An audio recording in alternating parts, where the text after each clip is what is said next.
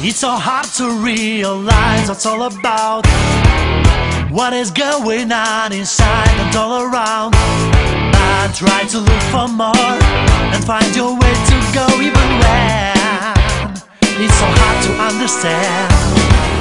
It's so easy to deceive somebody's soul. It's so hard to care for one as for your own.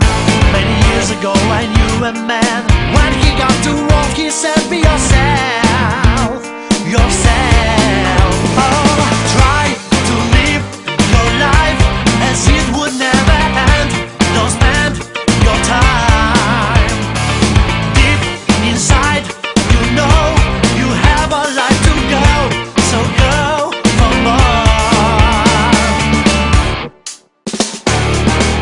Try to be yourself, but try to have a life. Eu nu știu ce o să iasă, dar procesul mie mi-a plăcut.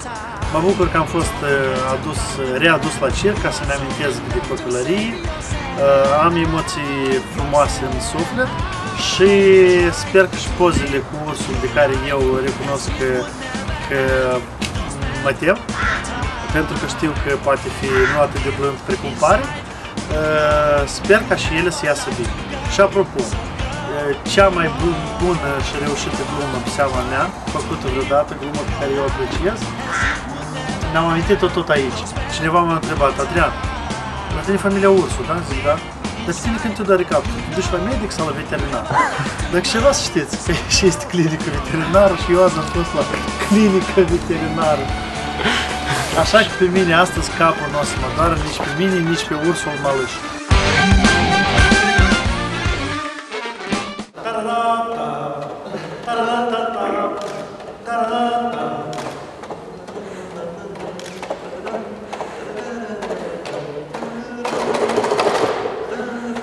Say be yourself, yourself.